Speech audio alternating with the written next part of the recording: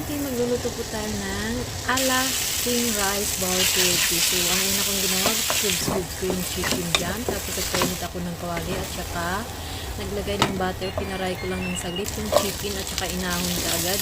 Next, yung ginawa ko, nag-fry ng onion. Same lang yan, auntie. At saka naglagay ako dyan ng patatas at saka carrot. So, igisa-gisa lang natin yan siya.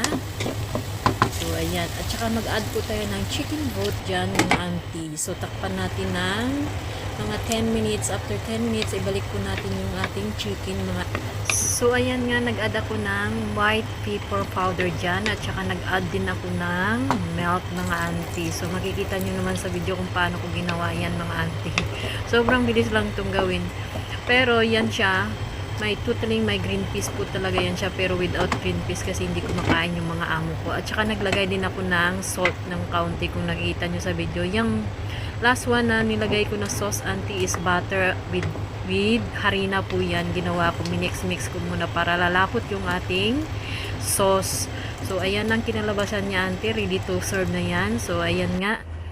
Ganyan lang kasimple yung pagluto ng ala king rice bowl KFC. So, thank you sa panonood. Bye-bye!